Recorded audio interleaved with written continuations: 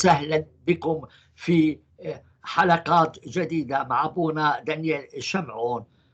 هذه المرة عن اللغة السريانية، ويتخللها أوقات أسئلة أيضا عن علاقة اللغة السريانية بالنص القرآني.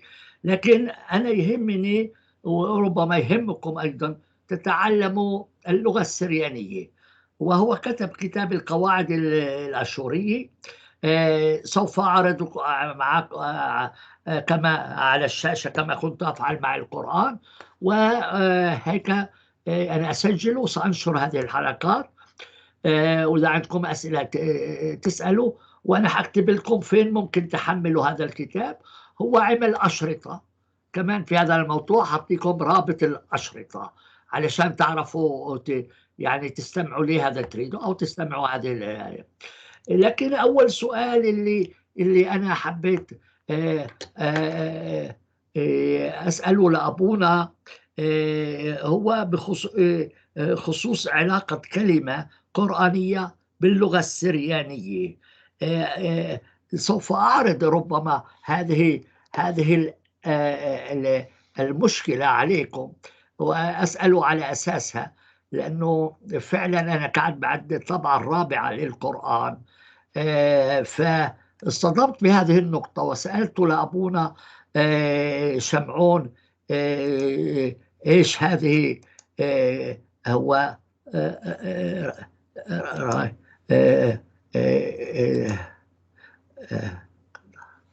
أيوة. أنا أضع عندكم هنا باين عندك أبونا القاموس القرآني هذا؟ لا. مو باين. معناته لازم طيب. مو باين. طيب. ايش نعمل؟ انا لازم اشرككم فيه. خليكم معي.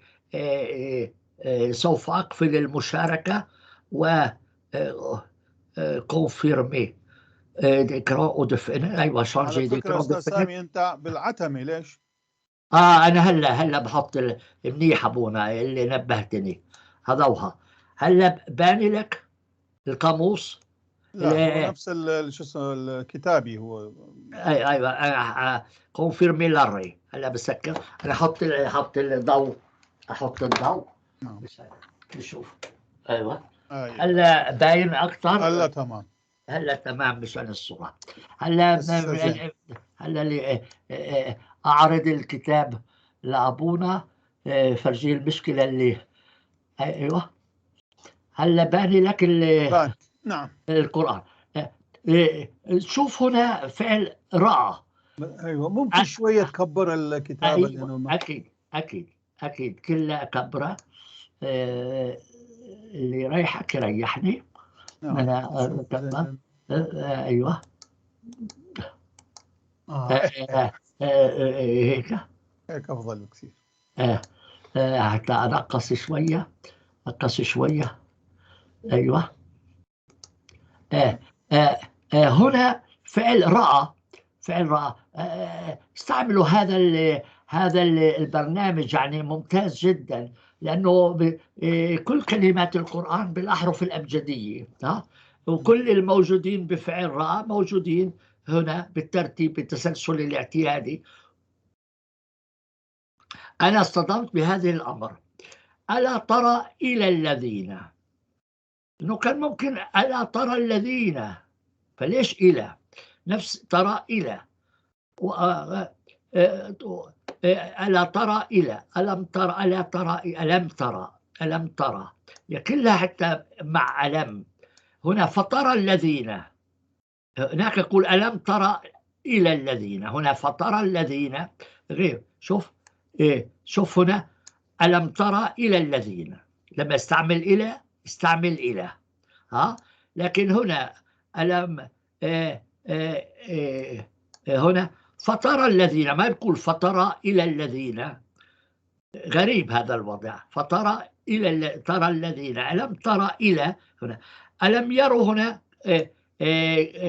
وإن يروا كل، مش يروا إلى كل، يروا كل. ولو ترى إذ استعمل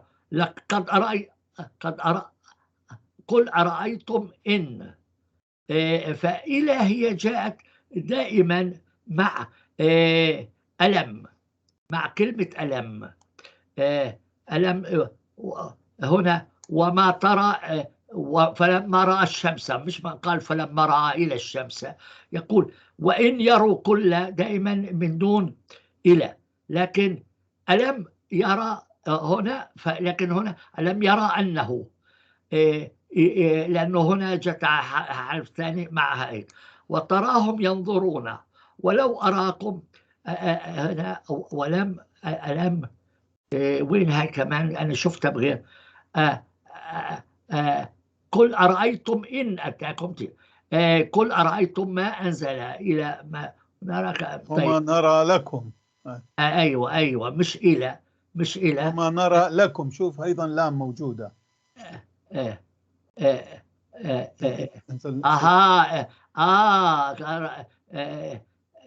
مو نراكم، نرى لكم. وين هي؟ شوية جوا من مكان كنا. هي لكم، قلت لكم، أنا ممكن أبحث عنها. ثانية واحدة.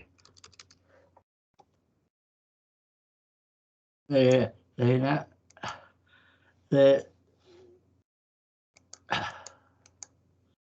وما نرى لكم. أيوة. بس غير معنى وما نرى لكم عليكم من فضل، مش وما نرى من فضل لكم، إذا علينا من فضل لكم علينا. هذا غير شيء.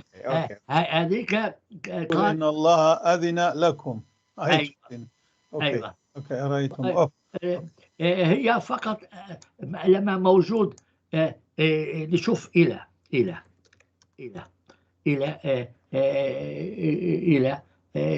جو أولا إلى هنا وين؟ مش هنا، لا مش هنا، لازم أبحث، مش هنا، أبحث هنا. هنا إلى حط لي علم لي عليها، شفت علي كده إلى بس يعني مو هو مع رأى. أولم يروا إلى ما خلق، شايف يروا إلى، ألم يروا إلى، أولم نفس الشيء.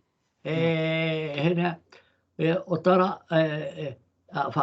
قال أرأيتم إذا أوينا إلى الصعادة، مع هذا غير شيء. لكن أولم يرى الذين، هنا ألم يرى إلى الذين، كان لازم يقول أولم يرى الذين. على كل ألم ترى أن ترى، لكن يعني هي هاي إلى واللام إذا بعد الفعل رأى هي غريبة عن اللغة العربية، صح؟ أيوة. هنا شوف هو إلى هذا السؤال. ألم ترى إلى الذين خرجوا. هو كان ممكن احنا نقول بالعربي ألم ترى الذين خرجوا. نعم. ألم ترى، بس هي الملاحظ إنها دائما تيجي مع حرف الألم، مع حرف علامة الاستفهام، مع كلمة الاستفهام ألم. ألم ترى، ألم. هنا ولو يرى الذين، هنا ولو ما تيجي هي مع علم. غريبة. غريب. طيب هنا هنا أظن في مكان آخر، أنا أظن مع أفعال أخرى أيضا شفنا يمكن كان هنا ألم ترى اللام في حين ما لازم يستعملها يعني. الحرف الجر يستعمل مع بعض الأفعال اللي باللغة العربية عادة ما تدخل عليها اللام، يعني ما تطلب لام يعني. أيوة. تمام. فهذه سريانية، هاي بدون شك 100% متأكدين من أنه سريانية، لأنه باللغة السريانية أستاذ سامي غزالة دائما لام موجودة بعد رأى خاصة، وكثير من الأفعال الأخرى التي بالعربية يعني حسب النحو الحالي اللي نحن نعرفها ما تأخذ لام في حالة تأخذ إلى. أيوة، في حالة يكون لها مفعول به يعني. نحن باللغة السريانية كل الأفعال لما يكون لها مفعول به وهذا المفعول به خاصة يكون بصيغة الضمير، يجب أن يأخذ لام، حرف لام. فاللام هذه باللغة العربية كثير ما ترجموها إلى، إن اللام حقيقة باللغة السريانية تقوم مقام اللام العربية كجار حرف جر، وإلى العربية كحرف جر.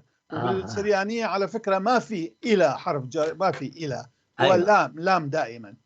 غزاء ليه، امر ليه، عور ليه، فدائما اللام موجودة، خاصة مثل ما قلت لك عندما يكون الفعل يطلب مفعول به، وهذا المفعول به يكون في صيغة الضمير، فيجب أن ندخل اللام بعدها. أيوة هنا لاحظ يقول ألم ترى إلى الذين، فعلا هذا ضمير. الذين، الذين. وهنا هنا ألم ترى إلى الذين هنا دائما يكون لا، بعدين هنا جاء اسم ألم ترى إلى الملأ أيضا. شفت، بس يعني مفعول كمفعول به، هذا هو تمام حتى في الاسم. ولا أنا قلت لك إذا كان ضمير لازم دائما، وإذا كان الاسم ممكن ممكن لا. في هالحالة إذا كان، أنا شرحت هذا حتى في اللغة الآشورية الحديثة، نحن نعتبر اللغة السريانية القديمة آشورية القديمة وآشورية المعاصرة، حتى بالمعاصرة نستعمل هذا لام دائما، اللام دائما. طب أنا عندي أنا عندي سؤال. ما هو الفعل لرأى بالسرياني؟ إغزاء. أغزاء. الجذر ماله رأى، إغزاء. هل يعني هل رأيت الكتاب، هل تقول إغزاء لكتاب؟ أيوة، غزالخ كتاوة، غزالخ كتاوة. أيوة اللام موجودة قبل كاف. الكاف هذه شو اسمه، ضمير المتكلم الثاني، المتكلم يعني المتكلم المفرد. غزالخ إذا كانوا جمع غزالخون، باللام دائما قبل هذه الضمير هذا. خون. أيوة. خون هو الضمير المتكلم الجمع، وخاء وحدها خاء هي للمفرد. فالمفرد غزالخ كثاوة يعني كتاب، غزالخ كثاوة. وإذا كنتم كثيرين غزالخون كثاوة، شوف اللام موجودة قبل خون وقبل خاء. أيوة حلو جدا. يعني هنا يفسر ربما لماذا القرآن استعمل هذه العبارة ألم ترى إلى. نعم. هذا أنا لما شفت أنت عملت هذه هالملاحظة حالا قلتها صياغة سريانية هذه. شفت علي؟ لأنه أنا كثير مرات لما كنت أترجم أو أحكي بالعربي، إذا ما أكون منتبه ممكن أستعمل هذه اللام. ليش؟ لأنه في عقلي هي الصياغة السريانية موجودة. فإذا ما أكون منتبه كثير مرات هذه فتكون، وكثير من الآشوريين لما يكتبون عربي هيك يكتبوها وتطلع ركيكة. وأنا كثير مرات عامل ملاحظة على هذه، أنه بالعربية ما نستعمل لام في بعد هذه. حلو جدا حلو جدا حلو جدا. وفي كثير من الافعال الاخرى ايضا هذه موجوده. ايوه مو فقط راى، لانه احنا نقول نظر الى، واضح. ايوه نظر الى. اما راى لا، مش نظر لي، نظر شيئا. شوف حتى اخذ بالسرياني بالعربي ما تاخذ لام. ايوه اخذ الشيء، مو يقول اخذ الى الشيء. ايوه الى الشيء. فلكن بالسرياني لا، شقلخ. شوف هم لا، شقل هو اخذ، لخ ان الخ اخذت لك. شقلخ كتاوه اخذت الكتاب. ايوه هنا ألم ترى إلى الذين، يعني هاي أنت تقول هذه صياغة سريانية. نعم أيوة. أوكي أنا لازم أعمل ملاحظة هون، إنه إلى حلو جدا. عند إلى هي هذه ترجمة اللام السريانية التي تدخل على كثير من الأفعال. بس هو لازم يسبقها، يلحقها الضمير دائما. ضمير، ايوه يعني بلا ضمير ما بينفع. ايوه. حتى لا بدون ضمير، مثلا شقل الكثاوة يعني شو؟ اخذ الكتاب. اشكال الكثاوة. اذا تقول ليش، اذا كانت، اذا تريد تكون محددة يعني معرفة كثاوة، اذا مو، اذا قلت شقل كثاوة بدون لام يعني اي كتاب، ما تعرف اي كتاب. بس لكن اذا معرف تكون شقل الكثاوة، لام دائما. ما هو قال التعريف بالسرياني يا ما في التعريف مثل اللاتيني، ما عندنا حرف تعريف. طيب يعني هلا هل رأيت الكتاب كيف تقول؟ غزيت لخ كثاوة، وإذا ما إنها تحذف الإخ هذا غزيت الكثاوة، اللام تروح على الكتاب بدل الضمير. شو يعني غزيت؟ يعني رأيته بالماضي. رأيته، غزيت. غزيت. أنت رأيته. غزيت. لي.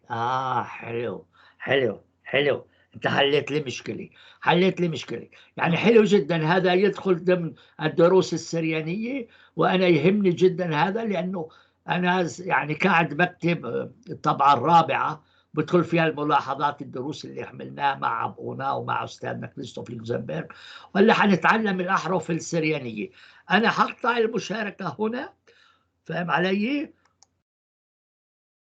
ايوه. وسكر هذا القاموس، لانه هذا ما لنا حاجه فيه. القاموس هذا ما لنا حاجه فيه، نحطه بمكان اخر نبعده. يعني عندي فائده اني انا اشتغل على اربع اربع شاشات، فيعني ده يساعد مشان نفتحها. هل بان عندك الكتاب تاعك؟ نعم بان الكتاب تاعك. هلا ابونا شمعون كتب كتاب عنوانه قواعد اللغة الأشورية المعاصرة. أنا ما فهمت أبونا شيء نظام كتابك، ليش أنت وضعت هالكد هامش؟ العفو؟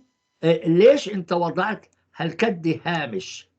هل من هون لهون، من هون ما أعرف ليش طلع هيك. أنا ما أعرف، هاي قضية فنية. بس هذا ما كان هيك بالبداية. ما أعرف أثناء العمل هذه ليش صار هيك، ما أعرف.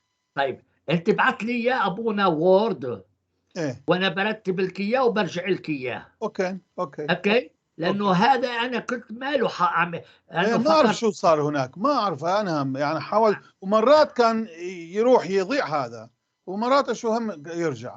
ابعت لي اياه كله وورد. اوكي. وانا برتب لك اياه. جميل. اوكي. اظن انه عندك مشكله انه في تحديد الهوامش ومثل هيك. اعرف انه اوقات ما عرفت ليش الحقيقه. ايه لانه انا قلت هل هو متعمد علشان واحد يحط ملاحظات؟ لا ما في شيء اسمه. هو خطأ فني. خطأ فني.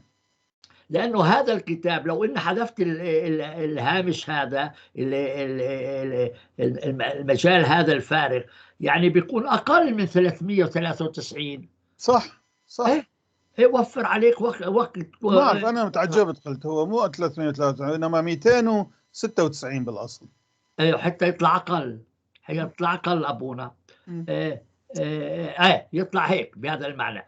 ابعت لي يا أبونا بالوورد. وأنا بشوف لك شو المشكلة تاعته. بلي. بحل لك المشكلة. أبعت لك هو حالا بعد الحلقة. هلا إذا هذا الكتاب أنا حاضعه على الأكاديمية وأشير له تحت الشريط حتى تستطيعوا تحملوه. وأبونا شمعون كمان سجل حلقات. هذه الحلقات موجودة على قناته. سأعطيكم رابط القناة تاعته، مش هيك أبونا؟ نعم. ممكن يتابعوا كمان اللي حكيته هنا. نعم. أنا قاعد بتعلم. نبدأ أبونا بعنوان الكتاب. أيوة. إذا بتسمح. نعم تفضل. هنا أنت قواعد اللغة الأشورية المعاصرة. ممكن تحكي لنا شو كتبت أنت؟ نعم. الحقيقة هو اللغة اللي نحن نتكلم بها الآشوريين في العراق وسوريا ولبنان وإيران. أيوة. وطبعا الآن في المهجر في تقريبا كثير من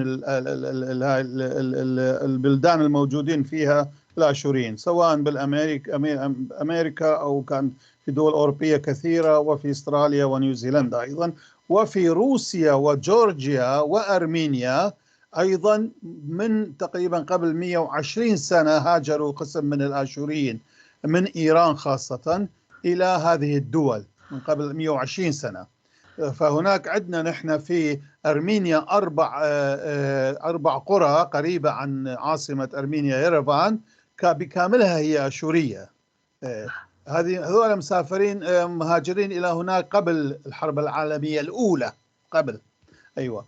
وكذلك في جورجيا عندنا بعض الأماكن، وفي روسيا في موسكو أيضا عندنا اليوم، وعندنا هناك كنيسة أيضا. نعم. وعندنا كاهن من العراق، خاصة بعد ما الاتحاد السوفيتي انهار، فكان صار لهم حرية أن يعملوا لهم كنائس وهذه، فبنينا كنيسة هناك أيضا وأرسلوا كاهن إلى هناك. عندنا هسه يعني جماعة ونشيطين كلش في الأمور الثقافية. هل هم الكنيسة الشرقية ولا الكاثوليكية؟ لا، شرقية. كنيسة المشرق الآشوري اليوم تسمى كنيسة المشرق الآشورية. المشرق. طيب أنا عندي صفحة، عندي سؤال، ما تزعل علي يا أبونا. لا بالعكس، اسأل كل شيء مليح. لا باين عليك يكون كل شيء واضح. ايه لا انا يعني شفتك عصبت لما حكيت لك عن الكلدان. لا انا اتحمس شويه، العفو يعني لما نحكي لا ما هو هيك.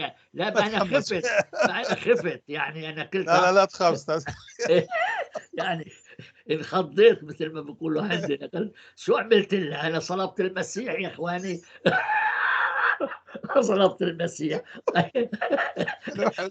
يعني ابونا الكلدان ما لهمش شيء برا ولا ما في الا آشوريين بالخارج؟ بل في الكلدان ايضا، في نفس الاماكن تقريبا. بموسكو يمكن لا، ذاك فقط نحن آشوريين موجودين. أيوة. لكن في ايران، في سوريا، في العراق، في لبنان، في امريكا، في كل مناطق اوروبا وغيرها موجوده. حتى الكلدان، الكنيسه الكلدانيه. مو هي هذه اشكاليه ايضا؟ المساله المذاهب دخلت فيها. عدا الشعب كشعب كأمة، إنما مسألة المذاهب المسيحية المختلفة. فالكلدان هم اليوم يعني يعتبرون القسم الكاثوليكي الذي اتحد مع كرسي روما مع البابا. أيوة. سنة 1552.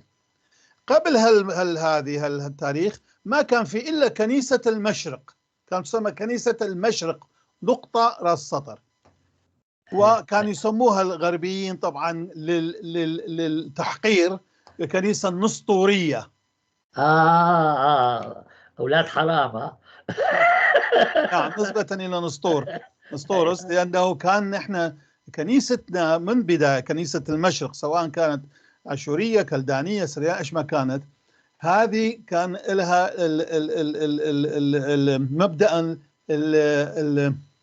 بعدين سموه الغربيين نسطور، نسبة إلى نسطوري المبدأ النسطوري نسبة إلى نسطورس بطريرك القسطنطينية الذي تبنى فكرتنا نحن اللي كان موجودة قبل ما هو يكون. يعني تفسير كيف شخصية المسيح كإله وكإنسان، وما علاقة الناسوت باللاهوت. طيب أنا عندي سؤال، مين أكثر، هم الكلدان ولا الآشوريين؟ شو أقول لك، نفس الشيء تقريبا اليوم، نص.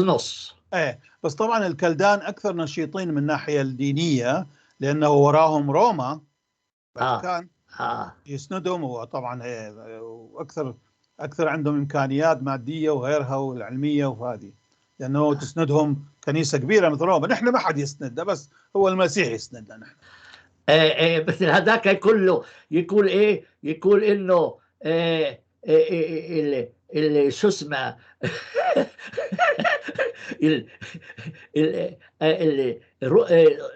السعودية إلى أمريكا، فهم علي؟ وسوريا إلى روسيا، فهم علي؟ والملحدين لهم الله. هاي مفارقة حلوة.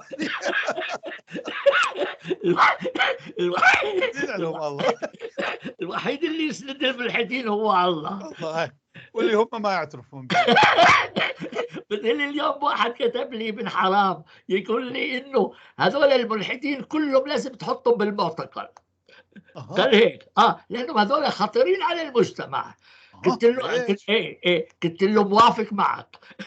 لازم كلهم تحطهم بالمعتقل وتخلوا احرار فقط الببغاوات. شو خطورة. هو هاي المشكلة، أنه كثير من الناس من كل الأمم لهم نظرة وهمية لما هو الخطر وما هو صالح وما هو طالح. نظرة وهمية غير واقعية الحقيقة. أيوة. هذا موضوع طبعا طويل وكبير، أنت تعرفه أحسن. ما دخلنا في الموضوع. أيوة. طيب هلا أنت بس أنت توهتني.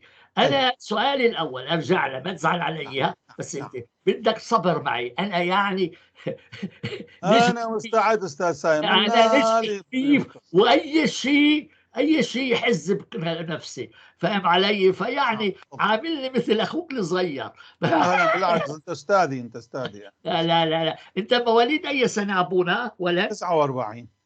أي شهر؟ أنا شهر الثالث. أنت أكبر مني معناته.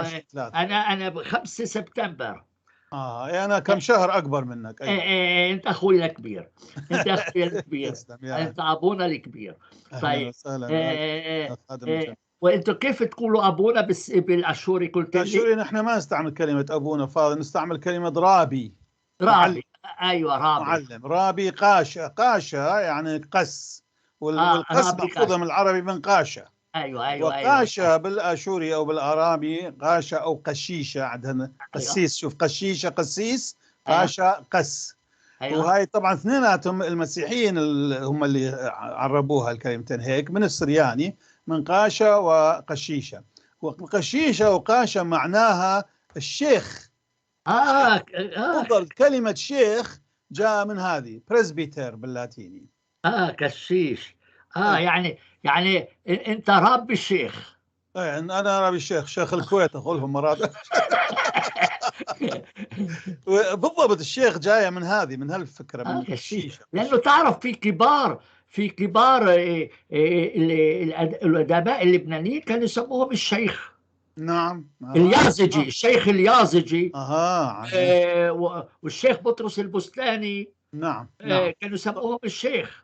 نعم. طبعا الشيخ بالمعنى العربي الحديث اللي هو هذه. أيوة. مثل الشيخ كويت مثلا، واحد ممكن يكون عمره 20 سنة بس هو شيخ. أيوة. احنا ايضا قس ممكن يكون له 25 سنة بس هو شيخ. يعني ابونا بالغربي الغربي ابونا جاي من، طبعا تعرف زين، من الباتر لاتيني. لاتينية هي عربت. اما قس فجايه من السريانية معربة الى عرب. ايوه حلو جدا. ايوه. فقس معناه شيخ. فنحن نستعمل أستاذ سامي جوابا إلى سؤالك الأولي للقس نسميه رابي قاشة. يعني أيها المعلم القس المعلم. معلمنا القس. رابي معلم، قاشة قس. معلم. رابي قاشة. ما نقول أبونا، ما نستعمل كلمة أبونا. رابي قاشة. احنا ابونا انا اللي بس من اللاتيني انا دائما بستعمل ابونا. نعم. طيب. نعم. احنا بالعربي من كنا نحكي نقول ابونا، بس بالسرياني انت سالتني بالاشوري والكلداني يظل رابي قاشة. طيب هل اللغه اللي انت عايزين نتعلمها معك هي نفسها اللي يحكوها الكلداني الكاثوليك واهل المشرق ولا يختلفوا؟ ايوه نفسها هي، طبعا بلهجات مختلفة لكن هي نفسها. والقديمة الأصلية اللي اليوم مع الأسف يسموها سريانية، سرياني شرقي سرياني غربي، هو كان لازم لا تسمى سرياني لأن النطق السرياني هي نفسها متأخرة مو أصلية. ليش أستاذ سامي؟ لأنه ما في قبل المسيح، قبل الميلاد، ما في لا شعب ولا دولة ولا مملكة ولا امبراطورية تسمى سريانية، مملكة سريانية أو شعب سرياني، ما في. تمام؟ شو كان في الشعب السومري، الأكدي، البابلي، الآشوري، الآرامي، موجودة هاي، وأيضا بالكتاب المقدس وأيضا في الألواح الأثرية. ما في لا في الألواح الأثرية ولا في الكتب المقدسة اللي أنت تسميها مكدسة، ما في هذه. ما في كلمة سريانية، شعب سرياني أو أمة سريانية أو مملكة سريانية أو إمبراطورية سريانية، ما في. بس ابونا انت لما تقول اشوري، ما هي سوريا هي تحط عليها النقطه بتصير سوريا. ايوه، ابو هاي مشكله. سرياني جايه من سوريايا او سوريايا. السوريايا اللي كان نستعملها نحن، سوريايا جايه من سيروس، من يوناني. وسيروس اصلها كانت السيروس، والسيروس هي يعني اشوري باللغه اليونانيه. وسوريا، كلمه سوريا من وين جت؟ سوريا ايضا جت من اشوريه، اشور صارت سيريا، من السيريا. من السيريا يعني هي فقط الفرق اليونان يقولون بينهم السيريا، كان يقولون للاشوريه، المملكه الاشوريه السيريا، فصارت سيريا. اي سقطت. وخاصه انه الاي قبل كلمات تستعمل يعني هي تنفي، نفي هو تمام. هو نسميه نسميه بريفكس للنفي تمام. يقول اسيروس يعني مو اشوري تمام. اثيوس يعني غير الهي. ايوه اثيوس. ثيوس الله، اثيوس لا الله. اتي نفس الشيء. اتي معناته لا اله. ايوه لا اله بالضبط. فنتيجه هذه بمرور الزمن الاي سقطت من السيروس صارت سيروس. أيوة. والسيروس هذه ولما جو السيروس هذه نفسها بعد ما صار جت المسيحيه. ايوه. وجانا الرسل من هذيك من تلك الجهات. المسيحيه عبرت خاصه الى سوريا وانطاكيا وغيرها، اللي كان ايضا الثقافه اليونانيه موجوده. فحتى الناطقين بالسريانيه خلينا نسميها والاشوريه الكلدانيه اخذوا لفظه سرينوها، لفظه سيروس سواها سورايا. سورايا. فسورايا هذه لما جو العرب سنه 632 شافوا السورايا سووها سوريان، عربوها الى هي هاي يعني 100% هذه مثلا. طب منيح احنا استفدنا منك. هلا السريان جايه من سورايا من سيروس من السيروس، والسيروس يعني اشور. حتى لملك اشور اليونان كان يقول السور، لانه ما عندهم شين. حرف شين ما في، لفظ الشين ما في. هلا هذا اللي حبيت توصل له. يعني الفرق بين السريانيه والاشوريه فقط 3 نقط. ايوه الاشوريه هي 3 نقط فقط. هي يعني لما نقول سريان اليوم نقول اشوريين، بس مع الاسف حتى اصحاب العلاقه بدا يقبلوها. ونحن عندنا جدال افلاطوني هاي صار لنا كم عشرات السنين يعني مثل ما تقول بالعبري شالوم وبالعربي سلام. ايوه هي فقط 3 نقط فوق بعضهم بس. هلا ابونا احنا نرجع للعنوان الكتاب تاعك. قواعد اللغه الاشوريه المعاصره. هذا الخط هل هو الخط السرياني ام الخط غيره اللي احنا بنتعلم به؟ هو هذا الخط السرياني الكبير، كابيتال مثل الانجليزي، معناه كابيتال وسمول. ايوه هذا هو الكابيتال. هو عندكم احرف كابيتال عندكم بالسريان؟ ايوه هذه احرف كابيتال هي. لا ما تزعل علي، انا بسال مالك انت بتنرفز علي بسرعه لانه ممكن انا اعتذر لانه النبره بتاعتك قويه.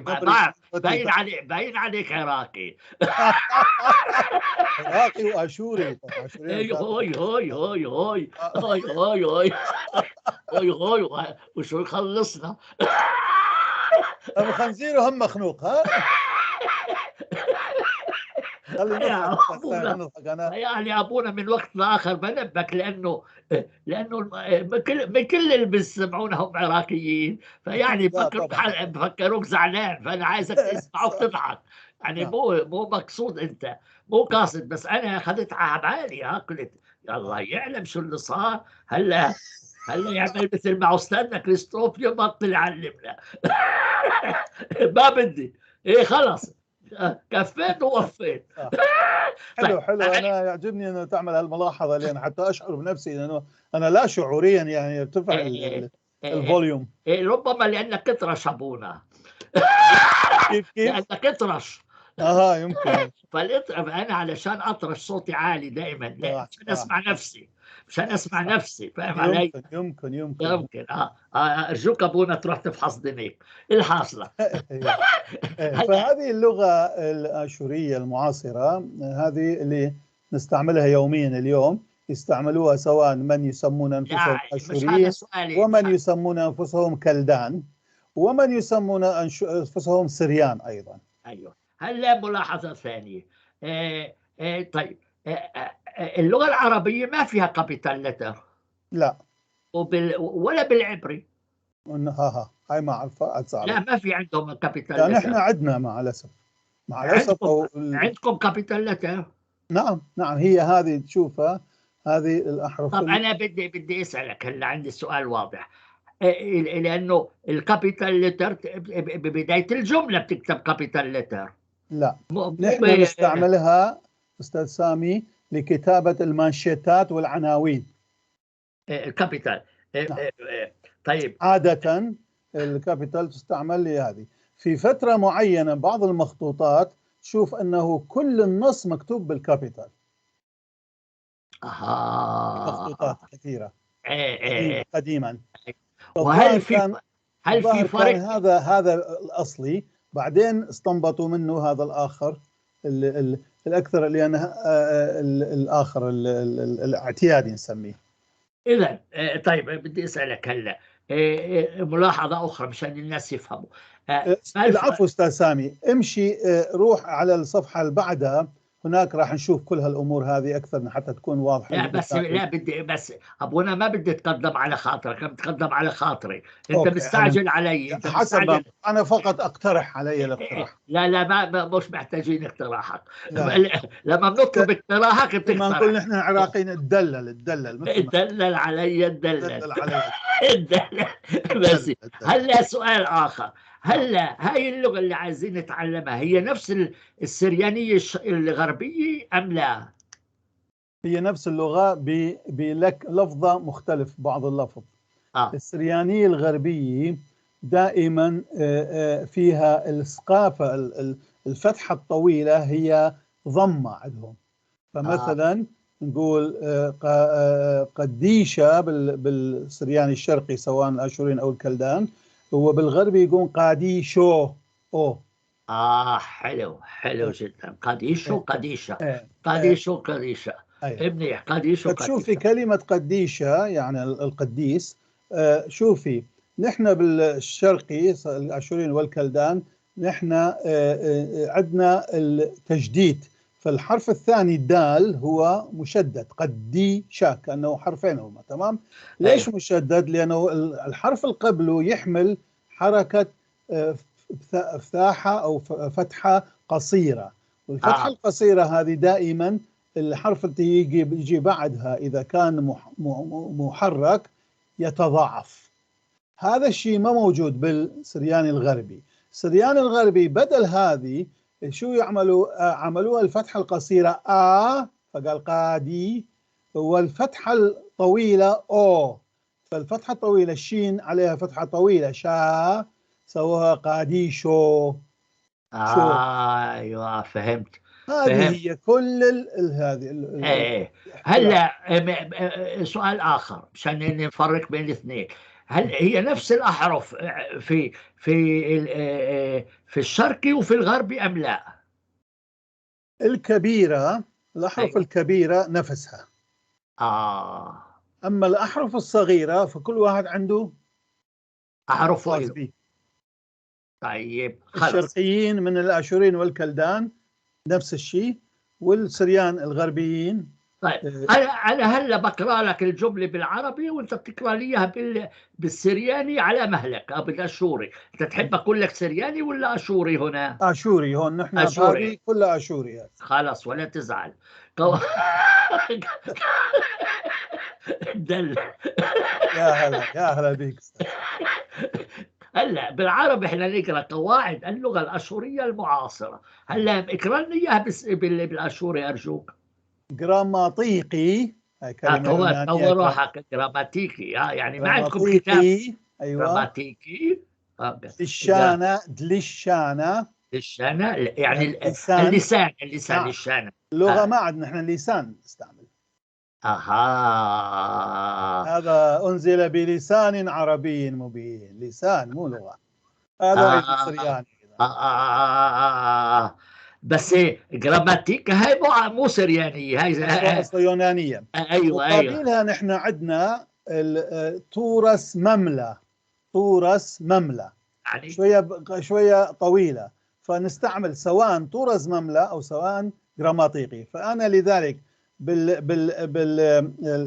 بالغلاف استعملت جراماتيقي، بس داخل استعملت تورس مملة بنفس المعنى، تورس مملة كلمة أخرى. طيب منيح. تورس مملة، وتورس مملة هي من كلمتين معناها تقويم الخطاب، تقويم اللغة. عيدها قويمة يعني مقومة يعني نحوية يعني. عيدها الكلمة. تورس مملة، تورس مملة. مملة يعني هي الكلمة. توراسة دمملة. شو يعني مملة؟ توراسة معناها تقويم، يعني من استقامة، قائم، يعني تصحيح، العفو أكثر، تصحيح من نحو صح الفصحي، يعني تصحيح اللغة، تصحيح الخطاب، تصحيح الكلام. تورس مملة. على هيك في القرآن استعمل الملأ. مملة هو خطاب. المملة مملة. أيوة. ومنها تجي لأنه الكلمة معنى هي ملثة. أيوة. وكلام هي مملة. حلو، هاي استفدنا. ملثة مملة. وكلمة ملة بالعراقي مع اللي نسميه الرجل دين المسلم أو الخطيب يسمى ملة عندنا. ملة. هاي ملة جاية من السريانية يعني الخطيب.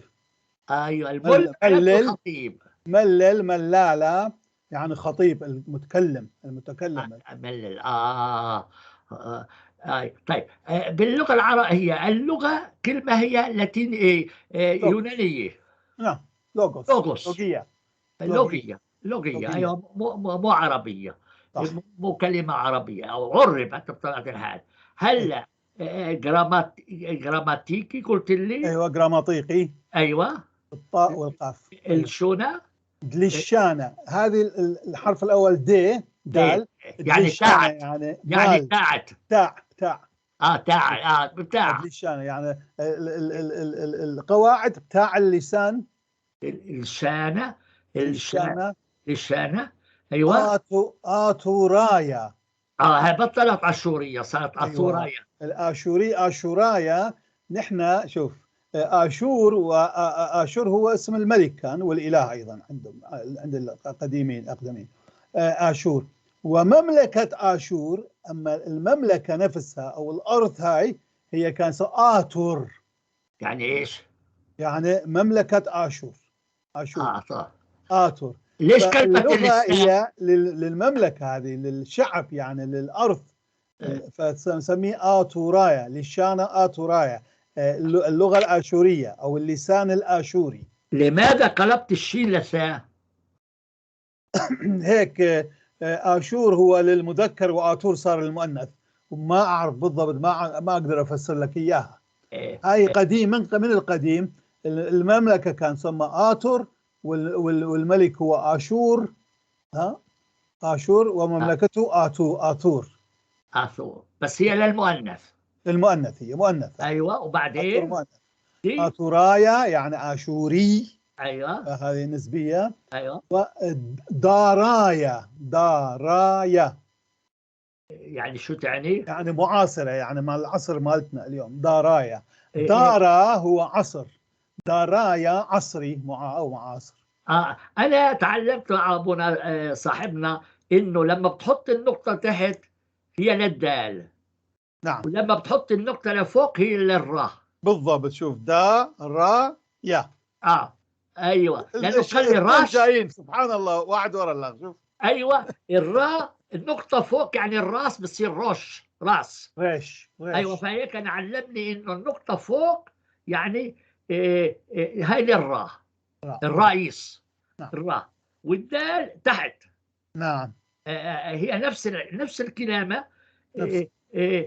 يعني احنا الفرق هي الراء والزين والدال والذال، او الدال والراء.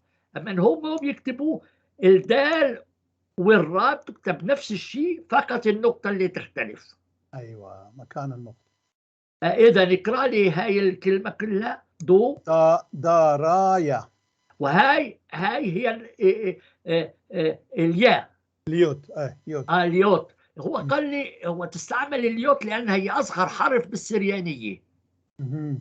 قال لي لهيك قال إنه لن يسقط ياء من كلامي حتى تنتهي العالم، ما اعرفش ايه، لانه قال لماذا يعني ولن يسقط يوت حرف الياء لانها اصغر حرف باللغه.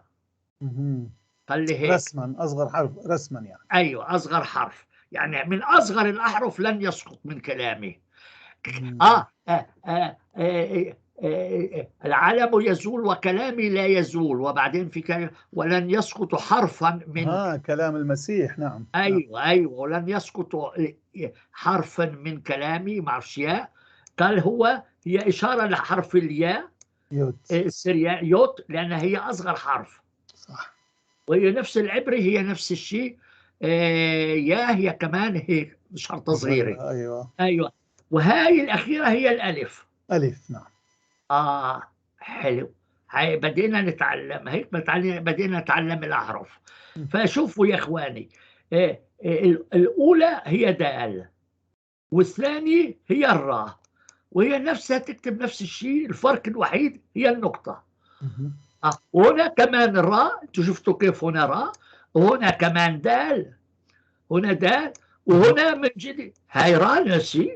جميل. مش هيك؟ نعم. يعني أنا بديت أتعلم. شفت علي؟ على كل يعني على الأقل عرفنا حرفين أو 3 أحرف، الدال والراء والياء، وبعدين هاي الألف. وفي إزاي يكتبون هذا الألف، وهاي هي الطاء، مش هيك؟ نعم. هاي الطاء عندك، مش هيك؟ هي الطاء. هي تشبه الطاء العربية بس مقلوبة، مش هيك؟ صح. مش هيك؟ هي فقط يعني فقط تقلبوها انتم. وهاي هي من جديد، مش هيك؟ هذه هي، مش هيك؟ نعم. وهاي شو هي؟ هذه ايضا يا شفتوا؟ قاعدين نتعلم. نعم. وهاي ميم، شوف كيف يكتبوا الميم بالحرف الكبيرة، ميم هيك. وهاي الألف، شوفوا هاي الألف، هاي من أصعب الأحرف السريانية لأنه طويلة، احنا نحطها فقط شرطة، هم بعقدوا لنا إياها يا إخواننا السريان. بس احنا عندنا عدة ألف 2000 و3 و4، فهمت علي؟ هاي يعني بدأنا نكتشف. والسين هاي الشين، هاي الشين، شوف كيف يكتبوها الشين. وين فرق هذا وبين السين؟ ما عندكم سين انتم؟ بلي السين غير شكل، راح نشوف غير سين. السين هوني، شوف الخوري هذه تحتها، تحت كلمة الخوري شور أبس السين هذه. مدى تشوف انت الحرف انا اشوفها، بس هنا انا بدي ابقى على اول سطر عملها. هاي لام، هذه الاولى لام، شوف تشبه العربي. ايوه فيعني صرنا عارفين بعض الاحرف. دال لام شين ياء الف. لا هذه مو ياء. هاي شو الفرق بينها وبين هذا الياء؟ شو هاي هذه نون. نون. شفت يعني الواحد بخلط بين الياء والنون باخر الامر. اذا ممكن، اذا ما ايوه ممكن. شو الفرق بينهم؟ هذه ياء هذه نون. كيف عرفت انه هاي ياء وهاي نون؟ شو الفرق بينهم؟ انا بالنسبه لي شيء واضح بديهي انه ياء هيك غير شكل يعني، والنون انا فرق كثير. هاي الياء هنا الياء. والنون هي مثل الدال العربيه. مثل هيك، مش هيك ابونا؟ ممكن مثل ايش اقول لك، مثل ممكن القاف او الفاء، احنا هيك نكتبها، لكن بدون نقطة. ايوه على كده هي سن كبير. ايوه سن كبير. أيوة. سن كبير. وهاي الياء. ايوه هاي الياء شوف راسها فوق هو مدبب، اما النون ايوه هي دائرية تقريبا. وهاي شو هي يا ابونا؟ هاي القاف. القاف او قاف. القاف. شفت يعني عرفنا عدة احرف. قاف هو صندوق. قاف حلو. قاف هو يعني قاف معناته صندوق. لا يعني حرف قاف، بس نحن مثلا كنا صغار يعني يقول هاي مثل صندوق مغلق. بس شو تعني كلمة قاف بالسريانية؟ لأنه كل حرف له معنى. قاف يعني أعرج ممكن يكون. أنا فكرت قفة. لا القفة شوف بالعربي صح قفة. وهاي ميم. شوف هاي الميم. هذه ميم. نعم. شفتوا؟ يعني بدأنا نفك الحرف. هلا بدأنا نفك الحرف. نعم. حلو جدا. هلا الخوري دانيال شمعون. هذا اللي قاعد قدامنا اسمه دانيال شمعون. طيب هلا اقرا لنا يا العنوان تاعك هذا شو ذا؟ كور أبسقوبا. شو هذا؟ كور أبسقوبا يعني شو؟ الخور أسقف. الخوري الأسقف. أنت أسقف أبونا. أنت مو فقط أسقف. أنت مو فقط أسقف، أنت أسقف مش خوري. فأنت خور أسقف. أيوة خور أسقف هي رتبة كنسية عندنا سواء الشرقيين أو الغربيين السريان. هي أرشيبريتر.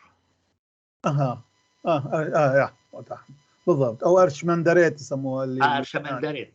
بس والأسقف يعني أنت أسقف ولا فقط؟ لا أرشمندريت. أسقف هي أبسقوبا أسقف. شر أبسقوبا يعني شو أقول لك، يقال أنه طبعا اليوم ما موجودة هذه الوظائف. فكان بالسابق كلها لها وظيفة، كل واحد منهم عنده وظيفة مهام خاصة من هالرتب.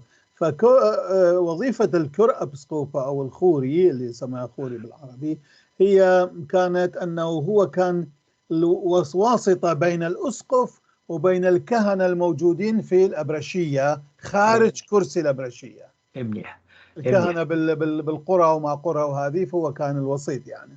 طيب هلا هذا هي الأحرف الصغيرة هي يظهر عليها. أيوة هذه لأن لا تشبه هذيك، لأن ما عادش تشبه هذيك.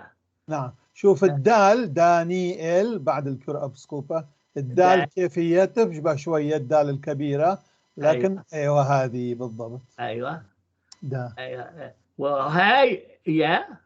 الياء صح. وهاي النون. نعم. هاي النون هاي النون نعم تشبه النون الأخرى. والياء بحطوا تحتها نقطة. تحتها نقطة تصير حركة إي.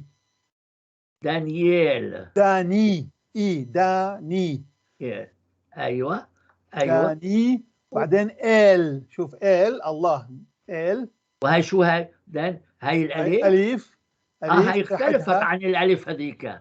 أيوة تختلف كثير هذه. أيوة شفت يعني احنا مجبورين نتعلم حرفين. نعم. كابيتال لتر ولا صغير. أيوة يل. هاي الياء. هاي الياء. أيوة هاي الياء. وهي اللام. لام صح. فارم عليك. داني إل هاي كلمة من كلمتين، هي داني وإل يعني إل الله، داني دياني. دياني هو الله. داني إل. دانيال. قاضي الله. قاضي الله. أيوة داني إل. أنا فكر داني من الله يعني قريب من الله. لا داني يعني من دانا يعني من الدين. دانا يدين دين. كلمة دين. أيوة. وهاي الشين شم. وهاي الميم. ميم الصغيرة شفت. وهاي العين. عين هذه اللي كنا نقول أنه تشبه شوية الحاء العربية عين. أيوة هاي اللي كنا نتكلم عنها دائما. نعم. هاي العين هي تشبه الحاء. أنا قلت هاي كلمة يحود، مو يحود إنما يعود. ايوه ايوه ايوه ايوه ايوه ايوه ايوه ايوه ايوه ايوه يعودوا.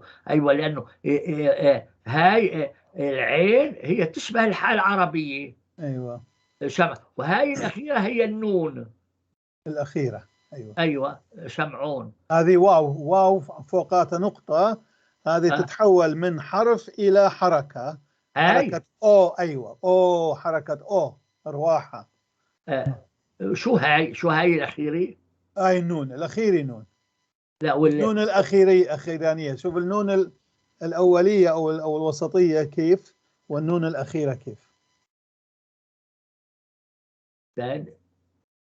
شمعون. شمعونها. هاي نون. أيوة الشرطه نون. الصغيره هاي نون. ايوه ايوه هاي غريب النون تاعتكم. نون الاخيره، نون الختاميه. غريبه هاي النون الختاميه. نعم. هاي غريبه النون، تشبه الميم العربيه. الميم. لانه الميم تكتب هيك، ميم الى ذنبي تحت. ميم. نعم. في ناس يكتبوا على الطريقه هاي ابونا. ايه ميم. على كل حلو جدا. هلا احنا هنبدا الفصل الاول اذا تسمحون. يعني احنا هناخذ بعض الدروس باللغه السريانيه الاشوريه. المعذره لا يزعل علينا واكم يا ناس. تفضل يا رجل. يا نهار ابيض، يا نهار ابيض. هذا الفصل الاول. توبه توبه توبه. توبه توبه توبه توبه توبه. طيب الحروف والحركات. هلا شو هاي؟ انا ما بعرفش اقرا الحروف. هلا بعدين حنشوف الاحرف. ما تعبش نفسنا. هلا بعدين نشوف. ده اللي ترى هو كتبنا اياه كمان بالانجليزي للي حاب يفهم كلمه الانجليزي. نعم. اذا انت بتقول لي انه هاي السمول ليترز وكابيتال ليترز. ايه في اللغه الاشوريه هناك 22 حرفا ساكنا. 22. طب ما عندكم احرف مثل الواو هي بتعتبروها حرف ساكن ولا؟ نعم ساكن. نعم حرف ساكن. والالف كذلك. والياء كذلك. من الحروف الساكنة، مو من الحركات، إنما تصير حركة عندما ندخل عليها أشياء راح نشوفها مع الحركات. حلو. إذا عندهم 22 حرف ساكن. تنقسم مجموعتين نسبة كتابتها: الحروف الاعتيادية أو الصغيرة وتكتب في النصوص الاعتيادية، والحروف الكبيرية أو سترانجيلو. هاي السترانجيلو تسموها سترانجيلو. هي كابيتال سترانجيلو. أيوة. وتستخدم في كتابة العناوين والمانشيتات وتكتب بدون حركات. من دون حركات. طيب. وفي اللوح التالي تجد كلتا المجموعتين وما يقابلها في اللغة العربية. واعلم أن هذه الحروف تتصل ببعضها. واعلم أن هذه الحروف تتصل ببعضها إما من جهة اليمين أو من كلتا الجهتين، والخط الصغير موضوع قبل وبعد الحرف يشير إلى ذلك، وهذا ينطبق على كلتا المجهول. يعني مثل العربي في أحرف مربوطة. يعني هو خلاف العبري. العبري الأحرف مقطعة. ايه مقطعة. الأحرف ما عندهم اتصال متصلة. أيوة. أما بالعربي وبالسرياني مرتبطة. لهيك هو أكثر شيء الأبجدية العربية أخذت، يعني تبنت المبدأ السرياني بوصل الأحرف. فهمتم علي كيف؟ مو للمديح أو للذم، بس هي هيك. لأنه مش ممكن ياخذوه من العبري، لأنه العبري أحرفه مقطعة. طيب. أبونا من إمتى بدأت كتابة هذه الأحرف؟ الأحرف الصغيرة من أظن من الجيل السادس بعد المسيح. والكبيرة؟ كبيرة من قبل المسيح موجودة. من قبل المسيح؟ أيوة، لأن المخطوطات القديمة كلها بالهادي بالحروف الكبيرة. نعم. والكبير طبعا بين الشرقي والغربي في شوية فرق. الغربي أكثر منحني دائري يعني من الشرقي. الشرقي أكثر يميل إلى عنده زوايا قائمة، أما الغربي فأكثر دائري ممكن نقول. أيوة. لكن نفسه يعني واحد يقرأ اثنين. وما فرق أبونا بسؤال بين الأشوري والآرامي؟ الآشوري والآرامي، اللغة لغة آرامية كان موجودة. الشعب هذا اللي كان يعيش في منطقة دمشق وفوقها الآراميين، وكان يستعملون لغة هي تشبه اللغة اللي كان يستعملوها أيضا أهل بلاد الرافدين، جنوب خاصة بلاد الرافدين، واللي كانت اللغة الأكادية كنا نسميها أكادية. الأكادية. فحسب يعني النظريات كثيرة أستاذ سامي، حقيقة أنا كثير كنت أقرأ عن هالأمور إلى أن وجدت أن هناك يعني كم مهول من المعلومات عن هالأمور هذه، أنه يسمى مثل اللغة الأكادية الآشورية أصلا، حتى العربية قسم من المؤرخين وهذه سموها السيرو أكاديان لانجويج، الأصل هذه السيرو أكاديان. فهي هذه الآشورية، لأنه بعد المملكة الآشورية هي اللي طبعا سيطرت على منطقة الشرق الأوسط في مدة معينة، على مو بس بلاد الرافدين، حتى الرافدين وسوريا أيضا، وحتى مصر إلى النيل مرة. فتركت بصمات أكبر من بقية المماليك اللي حكمت بوقت قبل المسيح طبعا. فاتخذت هذه المملكة الآشورية، اتخذت بعدين كثير من النسخة الآرامية من الكلمات الأكادية. يقال أنه لما شافوا خاصة بعد اكتشاف الحرف، بعد اختراع الحرف، يعني اختراع الحرف، طبعا اختراع الحرف هذا قسم يقولون الفينيقيين بدوا، قسم يقولون لا هي الآشوريين، قسم يقولون لا الآراميين، ما في هناك نظريات مختلفة. بس المهم صار لما المملكة الإمبراطورية الآشورية تبنت الحرف هذا بدل المسماري، كانت هي الكتابة المسمارية وهي أقدم كتابة طبعا، الكتابة المسمارية. فبعدين سنة 500 وشوية، يعني لا يعني 600 هيك، قبل ما تسقط الإمبراطورية الآشورية، تبنوا الملوك هذه الأحرف الآرامية، خلينا نسميها الأحرف هذه اللي فينيقية، كانت فينيقية آرامية بدلا المسمارية. وبهل هذه وكتبوا بها طبعا لغتهم، وبهل هذه تبني أيضا دخلت بعض الكلمات الآرامية أيضا إلى اللغة الآشورية أو الأكادية. يعني هي اللغة الآشورية واللغة الآرامية مش نفس اللغة؟ يعني ممكن نقول 80% نفس الشيء، فكان بس كان في هناك بعض الاختلافات. المسيح شو كان يتكلم، لغة آرامية ولا آشورية؟ المسيح كان يتكلم اللغة البابلية للعصر الجيل الخامس أو السادس قبل الميلاد، يعني البابلية. فالبابليين ذاك الوقت كانوا يتكلمون اللغة الأكادية الآشورية في بابل. أيوة. المسيح كان يحكي إذا اللغة الآشورية ولا الآرامية؟ الأكادية الآشورية، بس سموها بعدين آرامية سموها. أيوة. سموها آرامية. هلا هو المسيح لما كان على الصليب شو قال؟ لما شبقتني. أيوة.